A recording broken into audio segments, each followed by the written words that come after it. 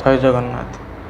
ଥରେ ତ୍ୟାଗର ଅର୍ଥ ସେହି ବାପାକୁ ପଚାରନ୍ତୁ ଯିଏ ତା'ର ସାରା ଜୀବନ ବାଜି ଲଗାଇ ଦେଇଥାଏ ଗୋଟେ ଝିଅକୁ ବଡ଼ କରିବା ପାଇଁ, ଆଉ ଶେଷରେ ତାକୁ ସେ ଅନ୍ୟ ହାତରେ ଟେକି ଦେଇଥାଏ। ଆଉ ଆଜିକାଲି ଏଇ ଦୁଇଦିନିଆ ଭଲ ପାଇବା ପାଇଁ ଆମେ କହୁଛୁ ବହୁତ କିଛି ହରେଇ ଦେଉଛୁ।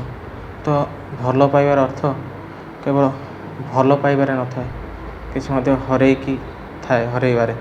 ତ ମୁଁ ପୂର୍ବ ଭିଡ଼ିଓରେ କହିଥିଲି କି ଭଲ ପାଇବାର ଅର୍ଥ କେବଳ ପାଇବା ନୁହେଁ, ସମର୍ପଣ ଭାବ, ହରେଇବାର ଭୟ ରଖ ନାହିଁ ଭଲ ପାଇଲା ବେଳେ।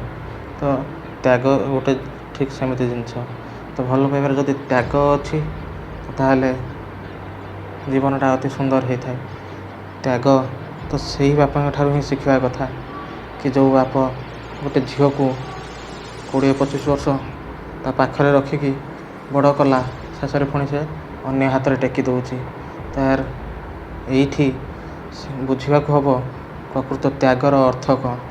ତ ସେଇ ବାପର ହୃଦୟକୁ ସେଇଠି ହିଁ ଦେଖିବାକୁ ପଡ଼ିବ ପ୍ରକୃତର ତ୍ୟାଗ ଓ ଭଲ ପାଇବାର ଅର୍ଥ କ'ଣ। ତ ସିଏ ଏଇଠି କହୁଛନ୍ତି ତ୍ୟାଗ ଆଉ ଭଲ ପାଇବାଟା ଏଇ ହୃଦୟରୁ ହେବା ଦରକାର, ତ ଆଉ କେଉଁଠୁ ନୁହେଁ।